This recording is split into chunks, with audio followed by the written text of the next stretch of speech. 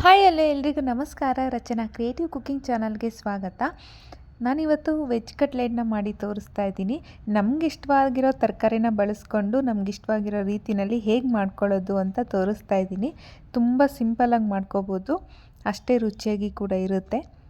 ನೋಡೋಣ ಬನ್ನಿ ಯಾವ ರೀತಿ ಮಾಡೋದು ಅಂತ.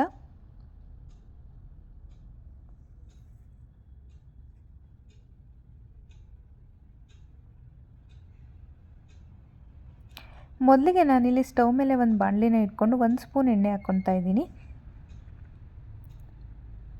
ಹಾಗೆ ಇದ್ರ ಜೊತೆ 1 ಕ್ಯೂಬ್ ಅಷ್ಟು ಬೆಣ್ಣೆನೂ ಕೂಡ ಹಾಕ್ಕೊಂಡಿದ್ದೀನಿ. ಇದಕ್ಕೆ ಬೆಣ್ಣೆ ಕರಗಿದ ಮೇಲೆ ಒಂದು ಸಣ್ಣ ಈರುಳ್ಳಿನ ಈ ಥರ ಸಣ್ಣದಾಗಿ ಕಟ್ ಮಾಡಿ ಹಾಕ್ಕೊಂಡು ಹುರ್ಕೊತಾ ಇದ್ದೀನಿ. ಹಾಗೆ ಒಂದು ಅರ್ಧ ಕಪ್ನಷ್ಟು ಹುರುಳಿಕಾಯಿ, ಒಂದು ಅರ್ಧ ಕಪ್ನಷ್ಟು ಬೀಟ್ರೋಟು, ಹಾಗೆ ಅರ್ಧ ಕಪ್ನಷ್ಟು ಕ್ಯಾರೆಟು, ಇದಿಷ್ಟನ್ನು ಹಾಕ್ಕೊಂಡು ಒಂದು 2 ನಿಮಿಷ ಇದನ್ನ ಹುರ್ಕೊಬೇಕು. ಜಾಸ್ತಿ ಮೆತ್ತಗೆ ಆಗೋ ಥರ ಏನು ಹುರ್ಕೊಳೋದು ಬೇಡ, ಕ್ರಂಚಿಯಾಗಿದ್ರೇ ಕಟ್ಲೆಟ್ಗೆ ಚೆನ್ನಾಗಿರುತ್ತೆ. ಒಂದು 2 ನಿಮಿಷ ಇದನ್ನು ಬಾಡಿಸ್ಕೊಂಡ್ರೆ ಸಾಕಾಗುತ್ತೆ. ಈಗ ನಾನು ಒಂದು 2 ನಿಮಿಷ ಹುರ್ಕೊಂಡಿದ್ದೀನಿ. ಇದಕ್ಕೆ ರುಚಿಗೆ ತಕ್ಕಷ್ಟು ಉಪ್ಪನ್ನು ಸೇರಿಸ್ತಾ ಇದ್ದೀನಿ. ಹಾಗೆ ಸಣ್ಣ ಸ್ಪೂನಲ್ಲಿ 1 ಸ್ಪೂನ್ ಧನಿಯಾ ಪುಡಿ, ಒಂದು 1/4 ಸ್ಪೂನಷ್ಟು ಗರಂ ಮಸಾಲದ ಪುಡಿ, 1 ಸ್ಪೂನ್ ಖಾರ ನೋಡ್ಕೊಂಡು ಹಾಕ್ಕೊಳ್ಳಿ. 1 ಸ್ಪೂನಷ್ಟು ನಾನಿಲ್ಲಿ ಖಾರದ ಪುಡಿನ ಹಾಕ್ಕೊಂಡಿದ್ದೀನಿ. ಹಾಗೆ ಒಂದು ಅರ್ಧ ಸ್ಪೂನಷ್ಟು ಅರಿಶಿಣದ ಪುಡಿ, ಸ್ವಲ್ಪ ಆಮ್ಚೂರು ಪೌಡರು, ಇದಿಷ್ಟನ್ನು ಹಾಕ್ಕೊಂಡು ಹುರ್ಕೊಳ್ಳೋಣ. ಸ್ವಲ್ಪ ಹಸಿ ಸ್ಮೆಲ್ಲು ಹೋಗಲಿ ಅಂತ ಅಷ್ಟೇ. ಒಂದು ಅರ್ಧ ನಿಮಿಷ ಬಾಡಿಸ್ಕೊಂಡ್ರೆ ಸಾಕಾಗುತ್ತೆ. ಹಾಗೆ ಇಲ್ಲಿ ನಾನು 1 ಸ್ಪೂನಷ್ಟು ಕಾರ್ನ್ಫ್ಲೋರ್ನ ಹಾಕ್ಕೊತಾ ಇದ್ದೀನಿ, ಬೈಂಡಿಂಗೋಸ್ಕರ ಚೆನ್ನಾಗಿ ಬರುತ್ತೆ ಅಂತ. ಇದನ್ನು ಅಷ್ಟೇ ಸ್ವಲ್ಪ ಹಸಿ ಸ್ಮೆಲ್ ಹೋಗಬೇಕು ಕಾರ್ನ್ಫ್ಲೋರ್ದು, ಅಷ್ಟು ಬಾಡಿಸ್ಕೊಂಡ್ರೆ ಸಾಕು. ಹಾಗೆ ನಾನಿಲ್ಲಿ ಆಲೂಗೆಡ್ಡೆನ ಬಳಸ್ತಾ ಇಲ್ಲ, ಅದ್ರ ಬದಲಾಗಿ ನಾನಿಲ್ಲಿ ಗೆಣಸನ್ನ ಹಾಕ್ಕೊತಾ ಇದ್ದೀನಿ, ಸ್ವೀಟ್ ಪೊಟೊಟೊ. ಇದನ್ನು ಅಷ್ಟೇ ಚೆನ್ನಾಗಿ ಮೆತ್ತಗೆ ಆಗೋಂಗೆ ಬೇಯಿಸ್ಕೊಂಡಿದ್ದೆ. ಈಗ ನಾನೆಲ್ಲ ತರಕಾರಿ ಜೊತೆ ಹಾಕ್ಕೊಂಡು ಅದನ್ನ ಮಿಕ್ಸ್ ಮಾಡ್ಕೊತಾ ಇದ್ದೀನಿ. ನೀವಿಲ್ಲಿ ನೋಡ್ಬೋದು, ನಾನೇನು ಮ್ಯಾಶ್ ಮಾಡ್ಕೊಂಡಿಲ್ಲ, ಹಾಗೇ ಚೆನ್ನಾಗಿ ಅದು ಬ್ಲೆಂಡ್ ಆಗ್ತಾಯಿದೆ. ಲಾಸ್ಟಲ್ಲಿ ನಾನು ಕೊತ್ತಂಬರಿ ಸೊಪ್ಪನ್ನು ಸೇರಿಸ್ತಾ ಇದ್ದೀನಿ. ಈಗ ನಾನು ಅದು ಸ್ಟವ್ ಆಫ್ ಮಾಡ್ಕೊಂಡಿದ್ದೀನಿ.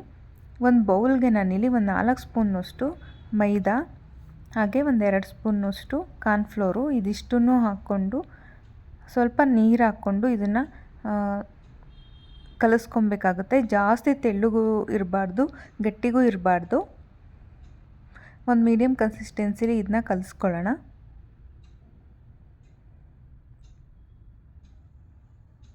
ನಾವು ಇದನ್ನು ಕಲಿಸ್ಕೊಳ್ಳೋ ಅಷ್ಟೊತ್ತಿಗೆ ನಮ್ಮ ಸ್ಟಫಿಂಗ್ ಎಲ್ಲ ತಣ್ಣಗಾಗುತ್ತೆ.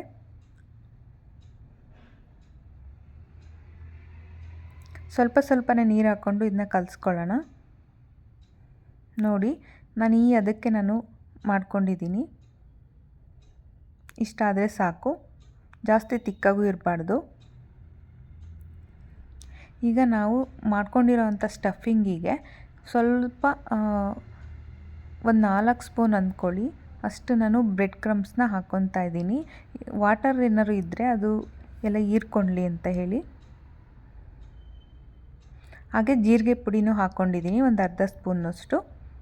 ಇದೆಲ್ಲದನ್ನು ಮಿಕ್ಸ್ ಮಾಡ್ಕೊಳ್ಳೋಣ. ಈಗ ನಮಗೆ ಯಾವ ಶೇಪಲ್ಲಿ ಬೇಕೋ ಕಟ್ಲೆಟು ಆ ಶೇಪಲ್ಲಿ ಮಾಡ್ಕೊಳ್ಳೋಣ. ನಾನು ಸ್ವಲ್ಪ ಈ ಥರ ಡ್ರಾಪ್ ಶೇಪಲ್ಲಿ ಮಾಡ್ಕೊತಾ ಇದ್ದೀನಿ. ರೌಂಡ್ ಕೂಡ ಮಾಡ್ಕೋಬೋದು.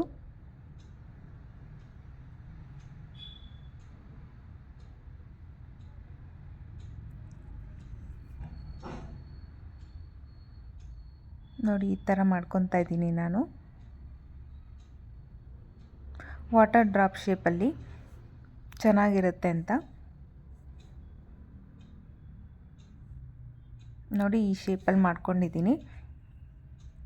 ಹಾಗೆ ಇನ್ನು ಮಿಕ್ಕಿದ್ದು ಕೂಡ ಮಾಡ್ಕೊಳ್ಳೋಣ.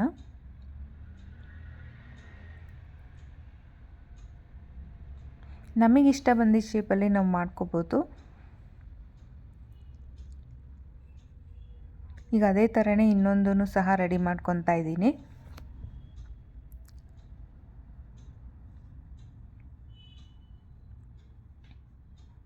ತುಂಬ ದಪ್ಪನೂ ತೊಗೊಳಕ್ಕೆ ಹೋಗಬೇಡಿ ಉಂಡೆನ, ಮೀಡಿಯಮ್ಮಾಗಿ ತೊಗೊಂಡ್ರೆ ಸಾಕು. ನೀವಿಲ್ಲಿ ನೋಡ್ಬೋದು. ಇದೇ ಥರ ಇನ್ನು ಮಿಕ್ಕಿದ್ದನ್ನು ನಾನು ಮಾಡ್ಕೊತೀನಿ.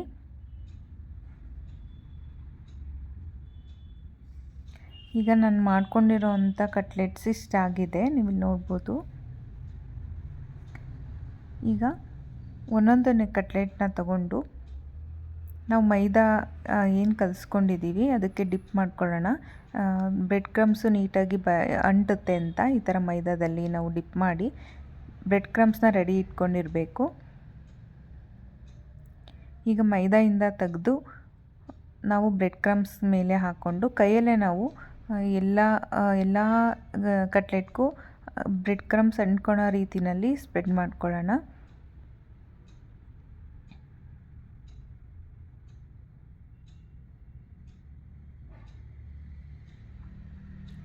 ಎಷ್ಟು ನಾವು ಸ್ವಲ್ಪ ಜಾಸ್ತಿನೇ ಹಾಕೊಳ್ಳೋಣ, ಬಟ್ ಅದೆಷ್ಟು ಅಂಟ್ಕೊಳೋಕೆ ಸಾಧ್ಯನೋ ಅಷ್ಟೇ ಅಂಟ್ಕೊಳೋದು. ಸುತ್ತಲೂ ನಾವು ಅದನ್ನ ಉಲ್ಡಾಡ್ಸಿದ್ರೆ ಆಯಿತು, ಅಂಟ್ಕೊಂಡ್ಬಿಡುತ್ತೆ. ಈಗ ಅದೇ ಥರ ಎಲ್ಲನೂ ರೆಡಿ ಇಟ್ಕೊಳ್ಳೋಣ. ಎಣ್ಣೆ ಕೂಡ ಕಾಯ್ಲಿಕ್ಕೆ ಇಟ್ಟಿದ್ದೀನಿ. ಈಗ ಒಂದೊಂದೇ ಕಟ್ಲೆಟ್ ಹಾಕ್ಕೊತಾ ಇದ್ದೀನಿ.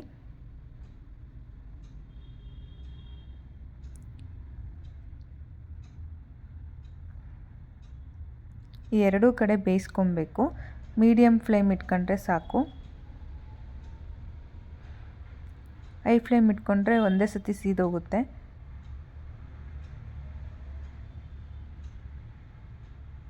ನೋಡಿದ್ರೆ ಎಷ್ಟು ಚೆನ್ನಾಗಿ ಕಲರ್ ಬಂದಿದೆ ಅಂತ. ಇದೇ ರೀತಿ ಎರಡೂ ಕಡೆನೂ ಬೇಯಿಸ್ಕೊಳ್ಳೋಣ. ಈಗ ರೆಡಿಯಾಗಿದೆ. ನಾನು ಇಲ್ಲಿ ಒಂದೊಂದನ್ನೇ ಎತ್ಕೊತೀನಿ. ಒಂದು ಸ್ಪೂನ್ ಸಹಾಯದಿಂದ ನಾವು ಕಟ್ಲೆಟ್ಸ್ನೆಲ್ಲ ಎತ್ಕೊಳ್ಳೋಣ. ಡೀಪ್ ಫ್ರೈ ಮಾಡೋದಾದರೆ ಜರಡಿನೇ ಸಾಕಾಗುತ್ತೆ. ಡೀಪ್ ಫ್ರೈ ಕೂಡ ಮಾಡ್ಕೋಬೋದು.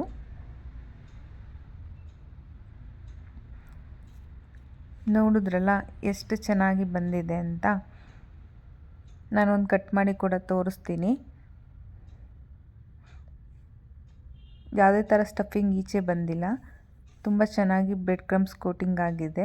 ನಾನು ಇದನ್ನ ಸಾಸ್ ಜೊತೆ ಸರ್ವ್ ಮಾಡ್ತಾಯಿದ್ದೀನಿ. ನಿಮಗೂ ಕೂಡ ಇಷ್ಟ ಆದರೆ ಒಂದು ಲೈಕ್ ಮಾಡಿ, ಶೇರ್ ಮಾಡಿ, ಕಮೆಂಟ್ ಮಾಡಿ. ಇನ್ನೂ ಹೆಚ್ಚೆಚ್ಚು ರೆಸಿಪಿಗಳಿಗೋಸ್ಕರ ರಚನಾ ಕ್ರಿಯೇಟಿವ್ ಕುಕ್ಕಿಂಗ್ ಚಾನಲ್ನ ಸಬ್ಸ್ಕ್ರೈಬ್ ಮಾಡ್ಕೊಳ್ಳಿ.